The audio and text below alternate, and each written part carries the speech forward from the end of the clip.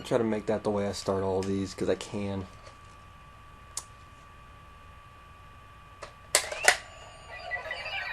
Shut up, Gosei. Just wanted to show that off. And to make up for last time, if I could find it, these pages would cooperate with me. Because I didn't do it last time. It's a gold rare, so I didn't want to put in that morpher. Alright. So, I watched this season mostly because during my brother's run of Power Rangers, which was Ninja Storm through Jungle Fury, SPD was the one season that he really, really bragged about. Like, he loved it to death. Every time it was on TV, he would watch it. When it came to the other seasons, per se, he would watch them, but he wouldn't necessarily care all that much. And I remember it fondly because I always remembered seeing the big blue dog on the TV, and I wouldn't know what the heck to think because I was out of Power Rangers at this time, obviously. I've explained this plenty of times already. So when I decided to get back into Power Rangers, this was one of the seasons on my list. Obviously, because my brother has talked so highly of this season. So after I got done with RPM, I jumped right into SPD. It's a different season, definitely. It's setting an atmosphere, well, I wouldn't say atmosphere, but it's setting in a premise, an approach to how everything works is a lot different. It's set in the future. 2025, I think, is the year they stated. Aliens and mutants, not necessarily mutants, mostly aliens, are now living on Earth. Kind of like, it's a normal thing now. Humans and aliens are all one and the same to an extent. But there's a police squad called Space Patrol Delta. It's an intergalactic police squad, and the Earth unit is the team we're going to be focusing on. Mostly B Squad, as in the backup crew. We're introduced to Sky, Bridge, and Sid, or Sydney, however you want to call her, doing practices because they're still in training.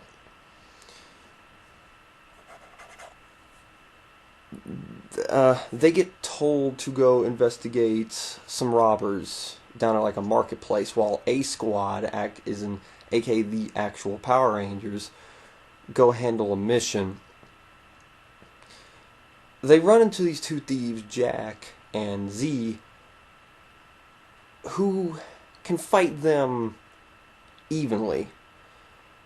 They also have civilian powers, as the Rangers do. Well, they're not technically Rangers at this point. Jack can run through solid objects. Z can make clones of herself. Bridge can see, basically, he can read aura. Sydney can basically turn like her fist into whatever material or element she's holding on to. And Sky can make force fields. They actually have an interesting reason for this later. This Jack and Z end up getting away. What they're trying to do is they're stealing clothes to give them to poor people. They're poor themselves, so they're just trying to be like Robin Hood. A Squad gets sent off to another mission when they come back, acknowledging that they failed to catch the two thieves. Kat Manx, who is basically the tech director of the Earth station, gives them their morphers and sends them back out there.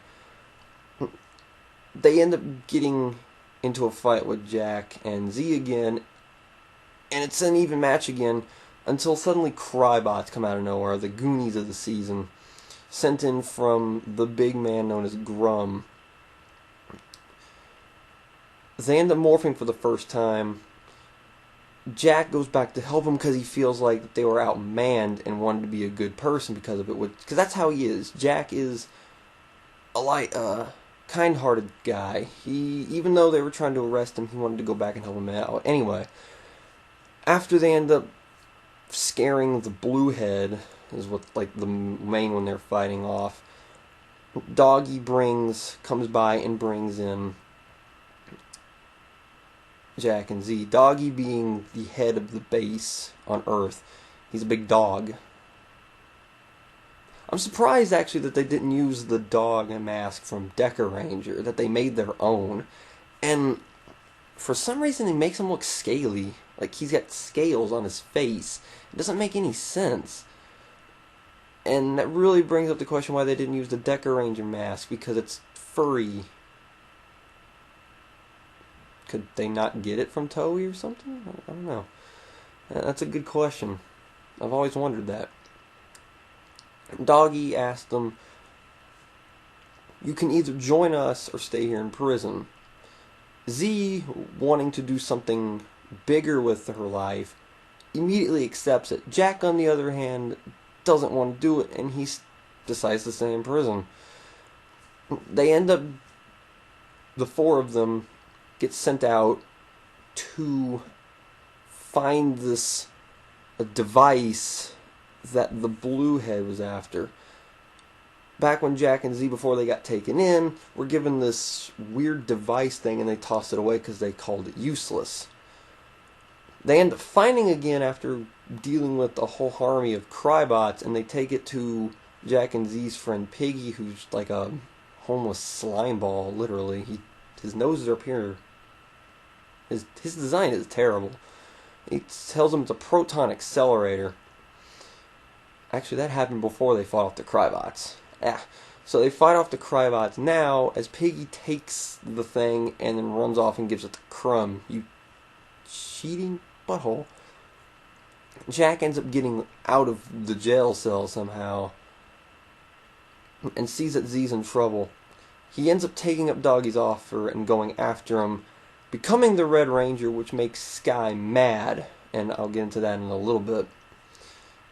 Jack ends up putting the pedal to the metal and takes care of business his own way, calling the A Squad to finish off the robot.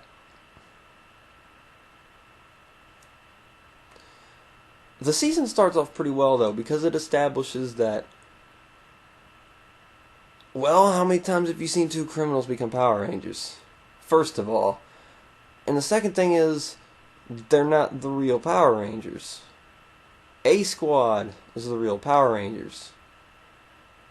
These guys are the backups, the B Squad, the backup plan.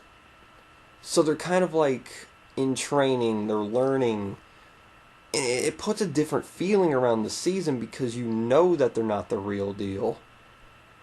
So there's kind of an underdog feeling right out of the gate because of that. And I like that approach a lot. And it's something that gets built on later, and personally ends up making this story really exciting. Couple episodes later, A Squad gets sent on a mission to free a base on another planet. I think it's another SPD base. And they end up losing their transmission, deemed missing in action. So now that A Squad is technically gone, our guys are now quote-unquote A Squad. They're still labeled as B Squad because they don't have the training and experience as A Squad, but they're considered the primary team at this point now. There's another episode later on called Sam, two-parter. It involves a little kid who has powers of his own. Why is this significant anyway? Because Doggy reveals to them that their parents were Rangers at one point also. And they got their powers because their parents were with Kat on the original S.P.D. Morphers and stuff, and they got warped biologically from like radiation that they were putting into the morphers. So it's a biological thing. There are only 6 people to have gotten affected by this. Those 5 and this kid Sam. She gets kind of manipulated by Mora, who's basically this little annoying brat that's running around Grum's base. Like, she's probably about, 5 or 6 years old? And she's annoying, too, because she's a spoiled brat. You got Grum here, who's basically like a galaxy conqueror. And he's getting bossed around by this little brat. who doesn't know when to shut the heck up.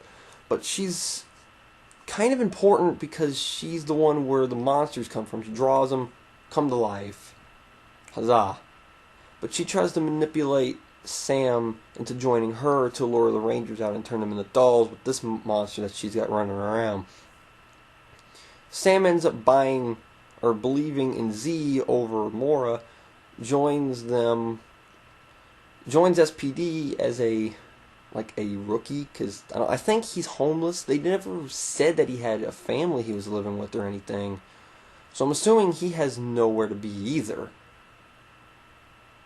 So yeah, he gets recruited by S.P.D. and lives on base as like a trainee. Keep that in mind for later. So what about Doggy? What's his story? Well, there's this hunter called Banog who Grum recruits, sends him to Earth to start planting like these drill things in the Earth, supposedly to cause like tremors. Doggy reveals to them that him and Grum led a barrage on his home planet, basically killing his entire species and kidnapping his wife. So he's basically the last of his kind, and this is where his grudge with Grum comes in, because Grum was the one who led this attack. He was also one of the founding members of the original SPD, which formed from his planet, which doesn't explain why he's not the overall leader of SPD. But hey, what can you do? Banog ends up kidnapping Kat sometime off screen when she barges out after Doggy told her to get out. Doggy tells the Rangers to handle the machine, the drills, while he goes after Banog. He picks up his saber and takes the morpher that Kat gave him and goes out and turns into Shadow Ranger, which is a really sweet looking suit too. It's got the 100 on it, the dog ears, big visor, and it just looks awesome. But the main question is, Doggy's head is about ye big, the mask is about this big. Sense Make None does this. Exactly. It doesn't make any sense, but don't question it. Because when he's a Shadow Ranger, he's pretty dang awesome. Banog wouldn't challenge him until he killed 100 Crybots. He charged at the whole army of Crybots when a little counter pops up. Yeah, right there. Right there. And it goes down for each Crybot he kills. It's really cool, though, because you just see the number drop. Like, he'll do like a swipe and like the number will drop by 5 or 6. He just mows through these Crybots without any questions asked. And then he gets up against Banog. He ends up having trouble. He judges him on the kidnapping or the death of his wife. He comes up as innocent, though. Well, now. Banog tries to finish off Doggy, though.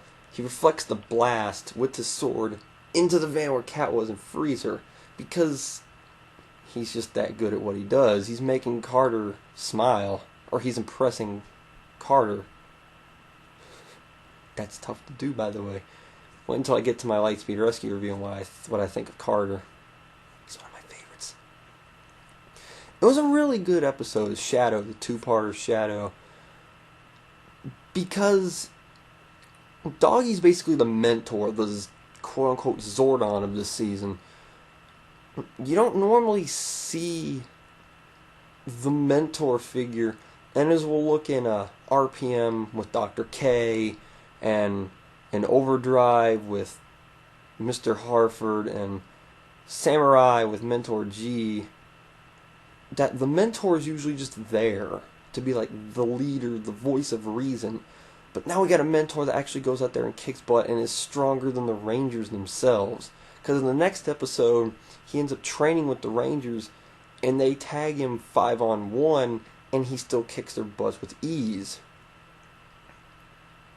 I like this, seeing the mentor pick up the mantle himself and go out there and doing the dirty work himself. And he makes his presence known because he's just that powerful, which is weird to see him get beat up in some later episodes.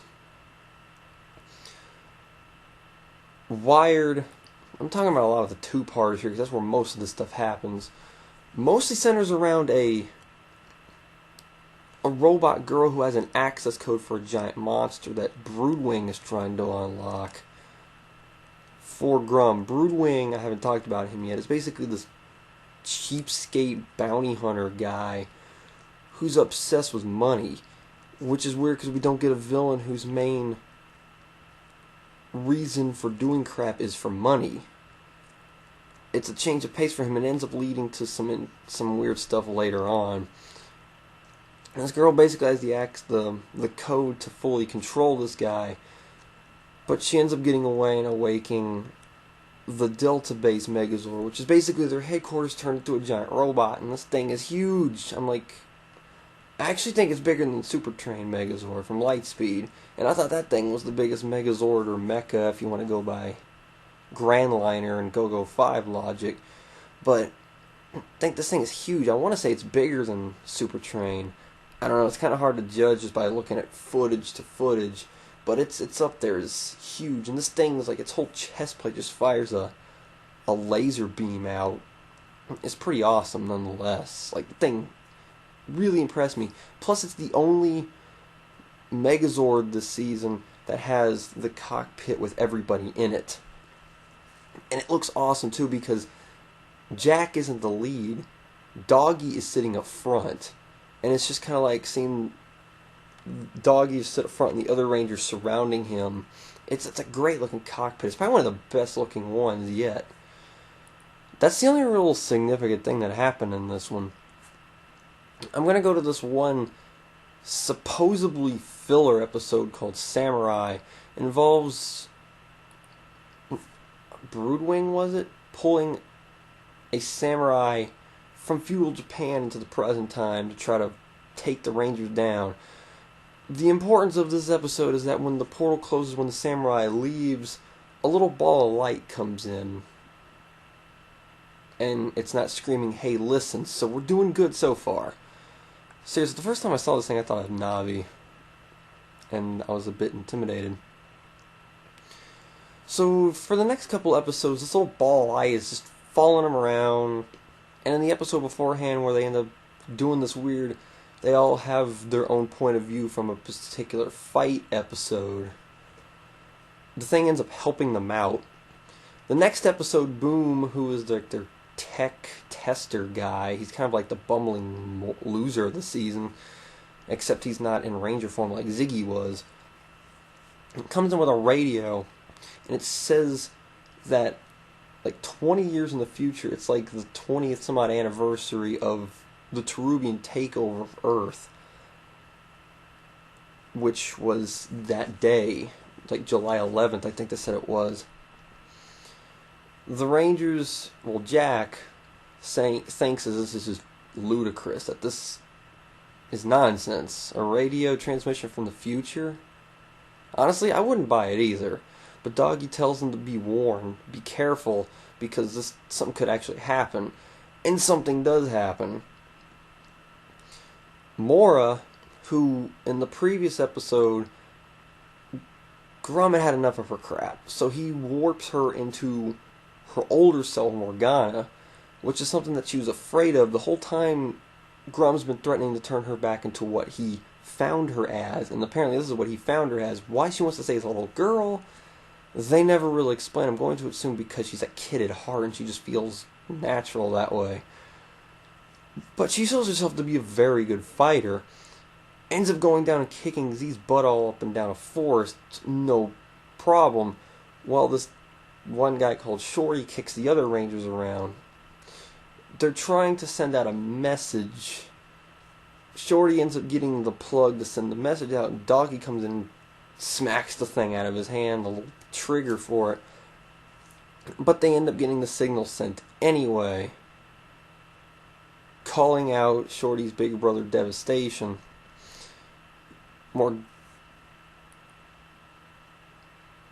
Morgana. Am I doing this out of order here? No, actually, I'm still doing this right. Morgana, and then back off after Devastation, kind of wipes the floor with all 6 of them.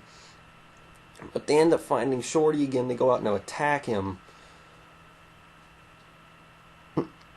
They blast Shorty, he grows, and the Delta Squad Megazord gets beat up.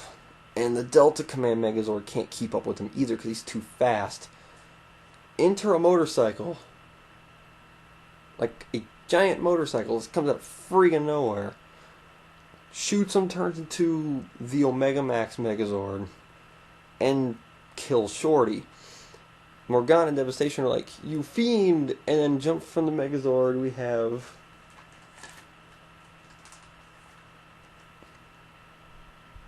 because I can show this off. I wish them more for red names of actual Rangers instead of, like, if the Ranger doesn't have an actual color or something, it'll just claim it to be generic Ranger. So, oh well. His name is the Omega Ranger. And his morpher is technically a weapon. He'll, like, rev it up, and it'll give him, like, some kind of special ability. He ends up kicking their butts around. They ask him who he is and what he's doing here. He was like, "Don't worry about that now. This isn't the first time we've seen each other, it isn't the last time." And he flies away. What? What the heck did he mean by that?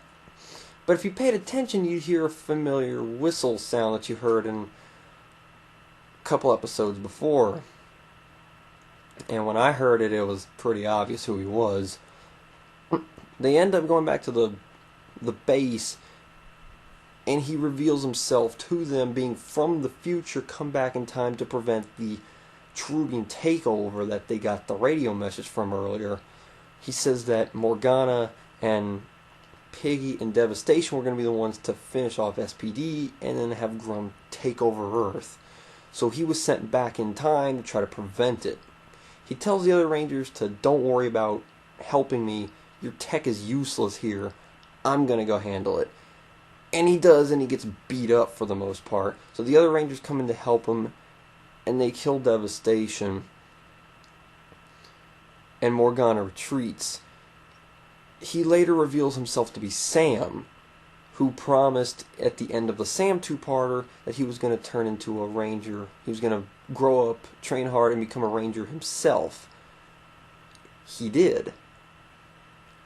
The thing is, though, he doesn't change back. He says he became pure light energy or something.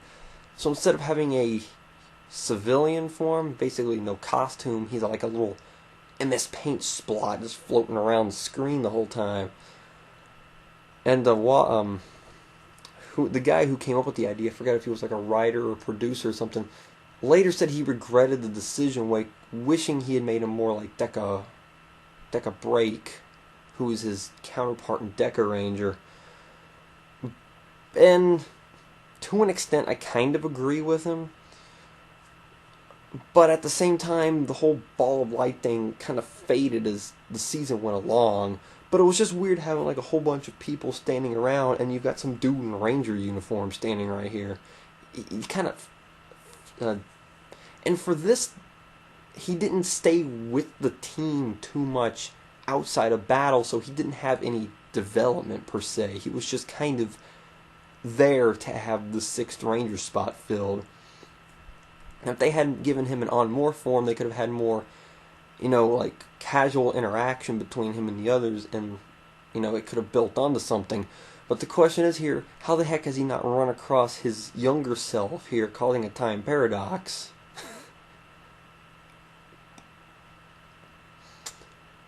But he probably knew this, so he didn't do anything about it. Still, that would have been kind of funny to think about. Because obviously his younger self was running around. And here's an interesting two-parter called The Reflection. It's about... It's mostly a Sky and Jack episode. Two-parter episodes. And I think it's a really well written episode. I haven't really talked about it yet, but Sky's dad was the Red Ranger for SPD one time, wearing the Time Red uniform. I'm not going to get into that whole facade. It's been talked about time and time out before, so I'm just going to leave it at that. I don't know if it's Wes. All the signs point to no, but it's cool to speculate things like that. His dad was his hero, and he wanted to be the Red Ranger his whole life, which is why he was mad Jack got the role instead of him, and it bugged Sky like crazy throughout most of the season. Doggy sends Sky to interrogate this one guy about something. I forgot what it was. And he gives him the information under one circumstance. He tells this guy his saddest moment. Sky ends up telling him about his dad dying. This guy can move through reflective surfaces at will, so he makes him cry because he had his eyes covered up, his badges covered up, anything reflective covered up. So he makes him cry, he reflects off the tears and leaves. Sky later learns that this is the man who killed his father, so now he's got pent-up grudge here. Jack's Battleizer was introduced in this episode too, and I'm not going to talk about that because it's not important to anything at all whatsoever. But the high point of this episode is when they finally get him cornered, and Sky wants to take him in for himself. So Jack, giving Sky a chance to pay homage to his father, gives him his morpher, and Sky takes him down as the Red Ranger. And I honestly really like this because it's respectful, and it's a cool way, and it's like the peak of Sky's development and Jack's development and their kind of like partnership development. It climaxed and peaked right there, and it was really well set up, I believe. One of the high points of the characters in the season. The next two-parter is pretty good too. Doggy is getting sick of the Rangers fussing about each other all the time because they're still on different grounds with one another. They still have a lot of problems with each other. So he sends them to another planet to get taught up, basically military style.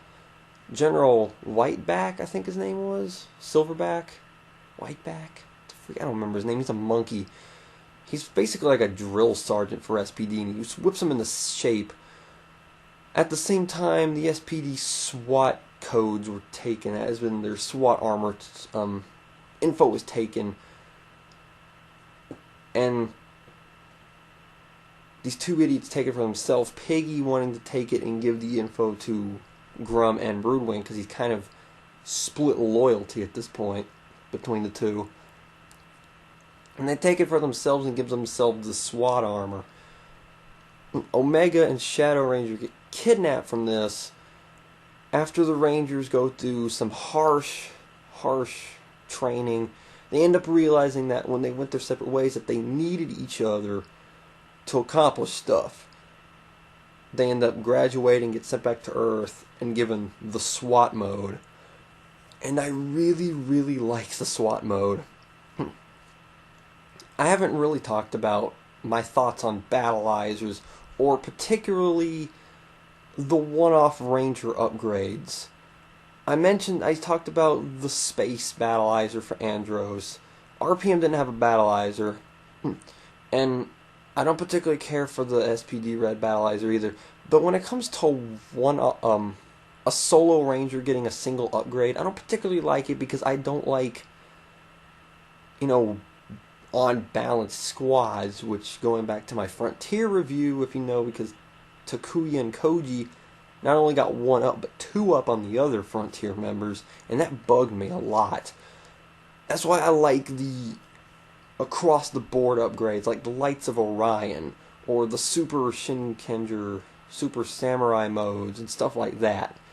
Because it's more fair, and it makes them overall stronger as a group. Plus, it makes them look more professional. They have like the bulletproof vests on. They have the antenna piece coming around. They have like antennas, and they have these big guns. Like, just look at him. It makes them look so professional, and I like it because after this, from when they came back from their SWAT training onward, their team chemistry just skyrocketed. Like, now they're acting like true professional police officers. And when they were in SWAT mode, they even looked professional, they acted professional, and they were just miles stronger. And it was a nice shift, because now all of a sudden, they look like A Squad, they're acting like A Squad, and they're being successful like A Squad, going off the reputation that was given throughout the season. And I like it a lot. The SWAT modes, I definitely approve of them. They're one of my favorite things about this season. There was an episode called History, which was basically a Dino Thunder team-up. I'm not really going to talk about it because A, I haven't seen Dino Thunder yet, so I have no affiliation with these characters yet. And 2, I really don't find this episode all that important, honestly, because it doesn't really do anything. The next episode, Impact, was really good because it involved Broodwing paying somebody to redirect a meteor to Earth. Doggy sends Sky in the SWAT Megazord, which is a flying one, up into space to destroy it. Jack not too happy that Sky got the role instead because he thinks he has a better shot. Sky hijacks. That was a terrible word to use there. Tags along unexpectedly. I'm trying to remember the word that goes with this. Oh well. But he ends up disobeying Doggy's orders. And they take the shot at the meteor and they blow a hole straight through it. Sky was like, Jack's like, I'm going to do this myself. You go back and help the other Rangers because they're in trouble. He flies into the meteor and it blows up. Everybody thinks Jack is gone. And Sky reveals that he had a lot of respect for him even though they had never seen eye to eye a lot. And this is completely backwards from how they viewed each other at the beginning of the season, and it really goes off of their development, which is why I like Jack and Sky a lot as characters. He ends up surviving because he managed to blow it up and escape before it blew up. But it was a really nice episode between the two of them. Wormhole was another episode. It was another Dino Thunder crossover that really didn't do anything either. I mean, it was better than the first one in my opinion, but once again, it didn't do anything for the story. It was cool seeing them all teamed up, and Tommy didn't come back. They had someone failing at impersonating him, but it really didn't do anything other than just look cool seeing SPD and Dino Thunder team up. Which, from what I've read, is a problem with a lot of the few Disney era crossover episodes, that they don't really live up to the hype like the other ones did, like To the 10th Power and The Lost Galaxy and Help from the Future is what it was, the Wild Force Time Force crossover, and then Forever Red, stuff like that. They don't live up to like that. Those episodes were great because of story, harmony between the squads, and the fact that it carried on stories from previous seasons and stuff. These two episodes just felt like a big get-together. They don't do anything for Dino Thunder or SPD. So, before the finale, we get this episode called Resurrection. Jack meets up with this lady who's basically doing what him and Z were doing earlier, and he gladly helps out with what she's doing because, remember, he didn't want to be a ranger at first, and to an extent he kind of doesn't. So he does this giving clothes out to the poor, and it's more of a developmental thing for Jack. But the key thing about this episode is at the end they get a distress call from another planet, and they go investigate it, freeing the A Squad Rangers.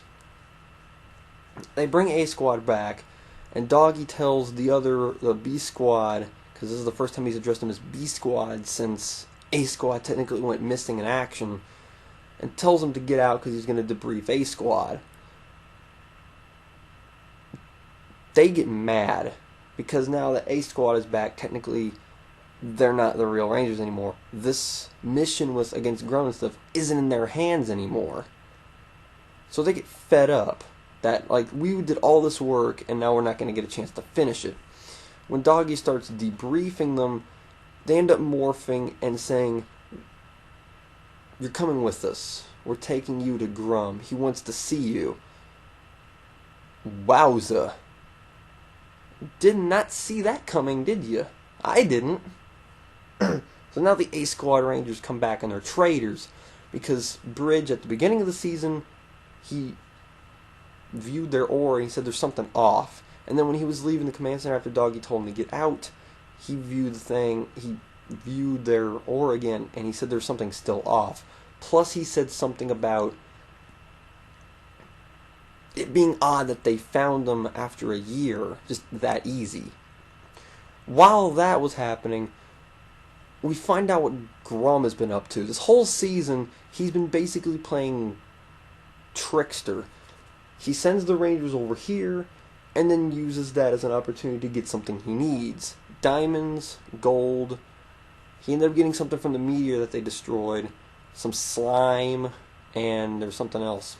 I completely forgot. But he ended up getting everything he needed. What was the stuff for exactly? Well, it's to awaken his overlord, Omni, or I forgot what his real name was, but his actual name is called Omni. And we find out why he hasn't blown up this planet like he does all the others. Why was he keeping Earth intact? This is why. He needs materials from this Earth to awaken his master. The A Squad brings Doggy back to Grum, locking him away, and then A Squad's like, "We'll handle the Rangers." Cat calls him in, tells him that A Squad took Doggy hostage to Grum, and the A Squad challenges our Rangers to a fight. They end up meeting up, and B Squad gets their butts kicked thoroughly. They end up taking their helmets off and start taunting them, saying, "Oh, you're second rate, second choice. We're the real deal. You're not. You guys are losers. Year to year to year to year to year to year." Keep stroking that ego, guys. They get ticked off, go SWAT mode, and this is where the pinnacle of SPD hits, in my opinion. This whole time, they're the backup squad. Even when A Squad was missing in action, we knew that they were the backup squad. So now that the real Rangers, in the eyes of the public and SPD as a whole, A Squad, the real Power Rangers, have come back. And they joined Grum because they wanted to. So they have to overcome basically the thing that they're living in the shadow of. They're evil, they're stronger, they're better, they're more experienced, they're better equipped, they're more skilled, they're more professional than our Rangers are. So, like I said, the underdog theme of the season, this is where it really came into play, because we knew that they weren't the real deal. And it's obvious that they were great Rangers, but they weren't these guys. So they went SWAT mode, and in probably one of the most enjoyable things that I've seen in any Power Rangers seasons up to date, and one of the things that makes SPD really good, they thoroughly kick A Squad's butts in SWAT mode. Like, they just blast them to pieces, and it was so satisfying. Like, I enjoyed it. I was like, when they went SWAT mode, I just stood there and I was saying to myself, kick their butts. And they did it nicely. And I enjoyed every second of it. A Squad ends up backing out, going into their own Megazord and blows the Delta Squad Megazord up. Like, literally, it's gone.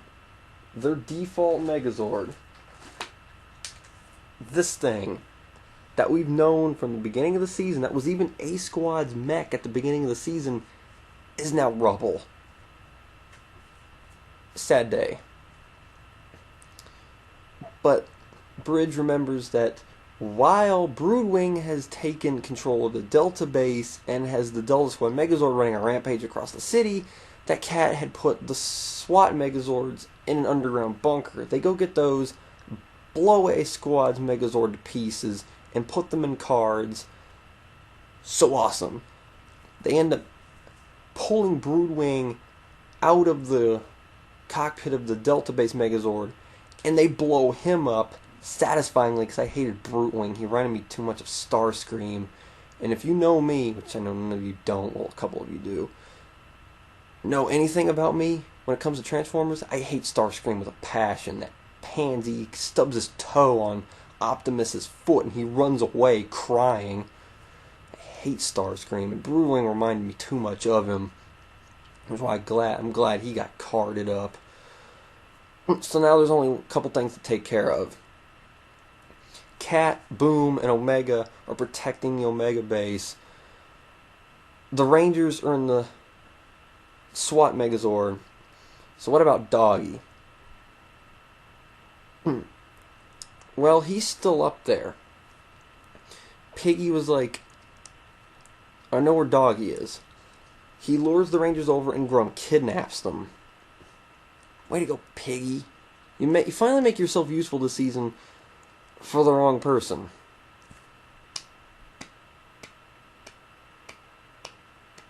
I don't like you. Takes their morphers away, and then sends some Crybots to try to kill him. Piggy, feeling guilty, hijacks one of the Crybot suits and kills them, freeing the Rangers. The Rangers go back to Earth to try to prepare for Omni's landing. While Omni takes shape, basically Grum's ship was Omni's body, so he turns into like this giant rock monster that looks a lot like Makuta. And Makuta, the Bionicle thing, if you remember that. Grum has Doggy's wife. She's still alive. He ends up knocking Grum down like a pit, saves his wife, and Cat says, well, the only way you can kill Omni is to open a blast port that he somehow has on like his side down here. For some reason, he just opens it up. The Rangers shoot inside of it, blowing Omni to pieces.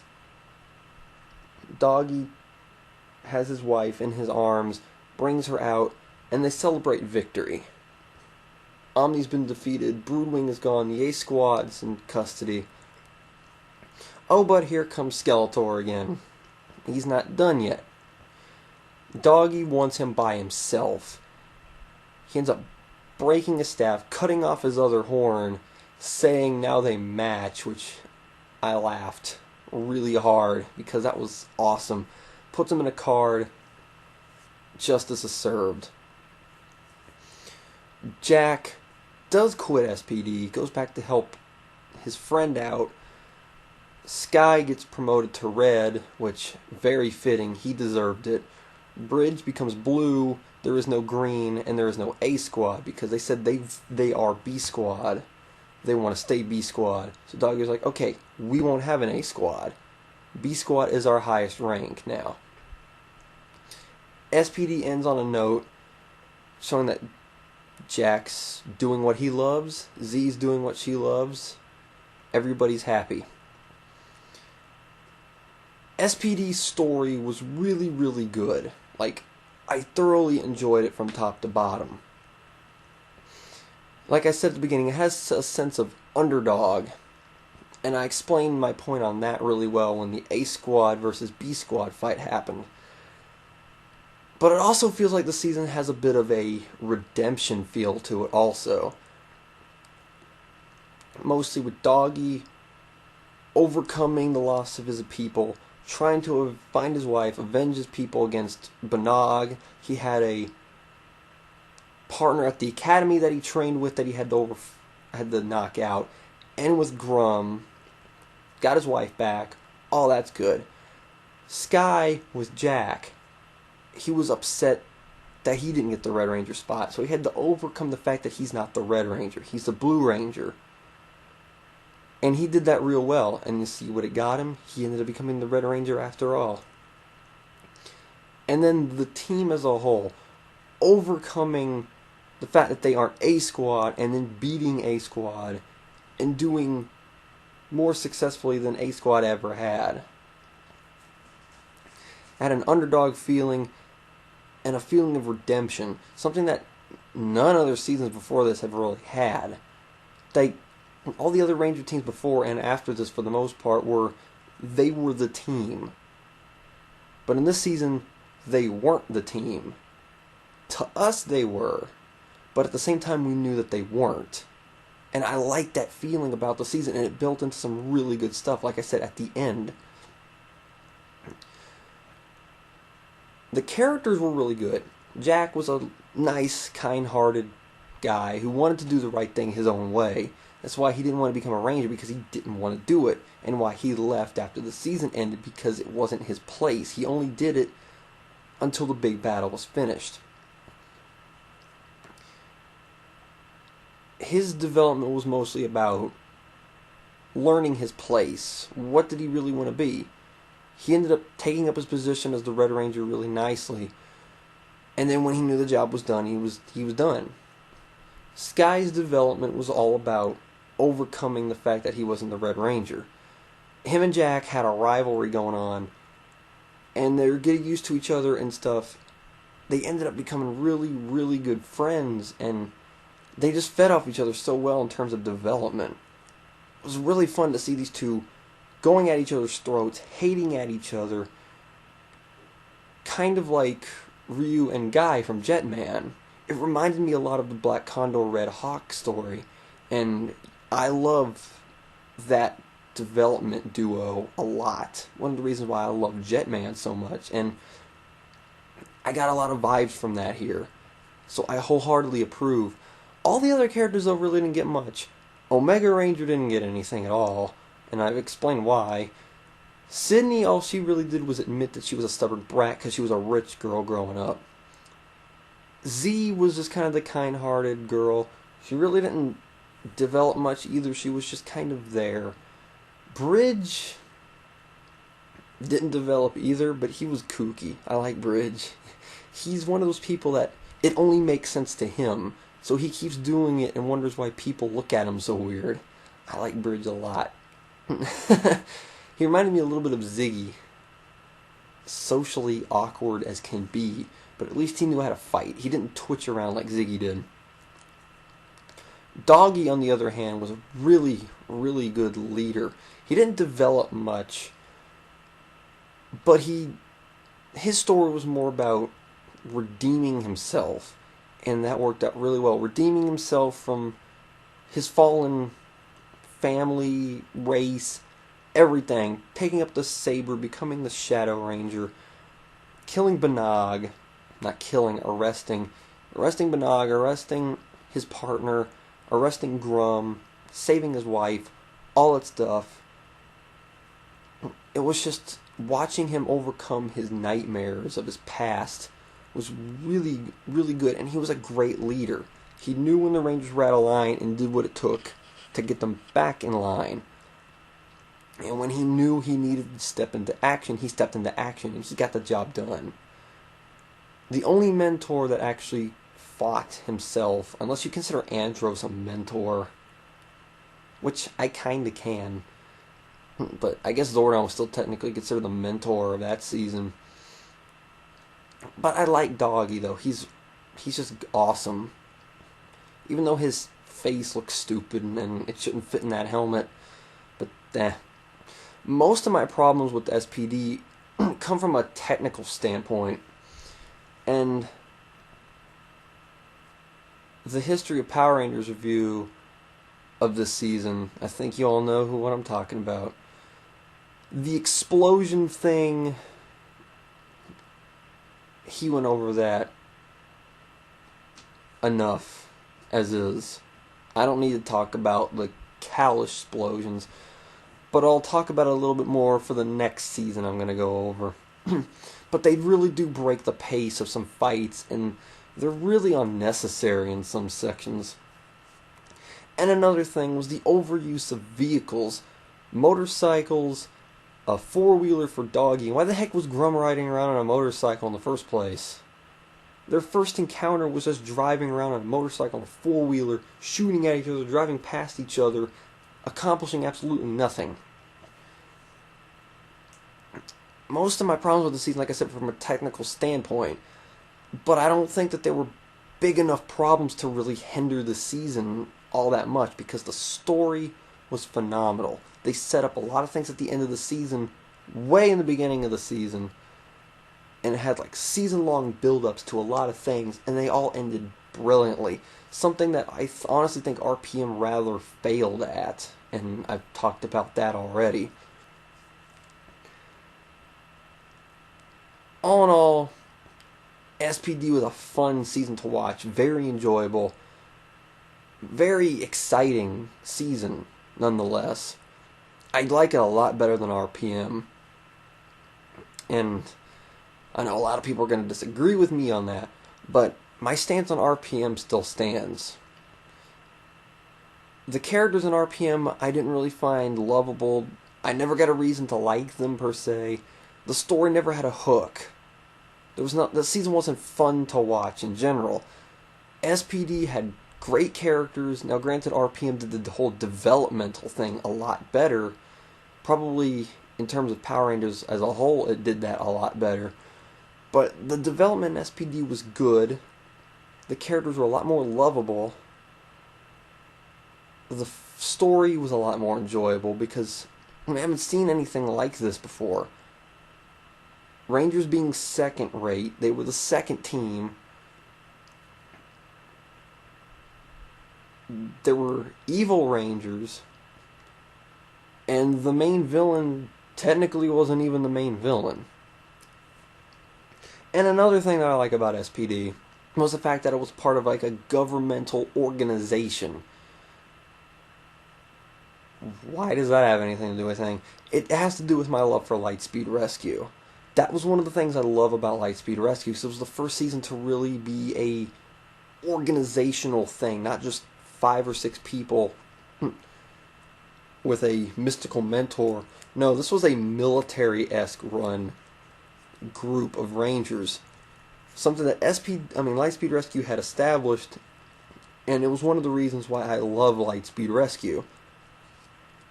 And Endings, which was the finale of SPD, reminded me a lot of Fate of Lightspeed, and I love the Fate of Lightspeed, the 3-part finale to Lightspeed Rescue. I did get a lot of Lightspeed Rescue vibes from this season, and that is a plus for me. Because when I get to Lightspeed Rescue in a couple of reviews, I'll explain my love for Lightspeed Rescue, and I had a lot of feelings of that season in SPD, which is a plus for me. Great characters, fantastic story, great build-ups of things that they established early in the season, but with some technical problems that, when going off of the season I'm watching right now, and will be the next season I review, aren't that bad anymore. So SPD, definite plus. I love this season a lot more than I have, and my brother's love for this season is definitely justified. He picked a good season to fall in love with. So what's next? In space, check. RPM, check. SPD, check. Wait a minute, I've already started watching another season, and I picked a great one to jump into. Operation Overdrive. God, I'm 10 episodes in, and I'm already got a list of complaints. Oh my gosh. I could rant on a lot of things just off of 10 episodes right now. But I'm not going to. I'm going to save that for my next one. This review is going to be fun. I'm going to enjoy picking this season apart. And I have a feeling it's only going to get worse. The theme song is enough. Oh boy. I'll see you in a week or so for Operation Overacting. 'Cause these guys can't act.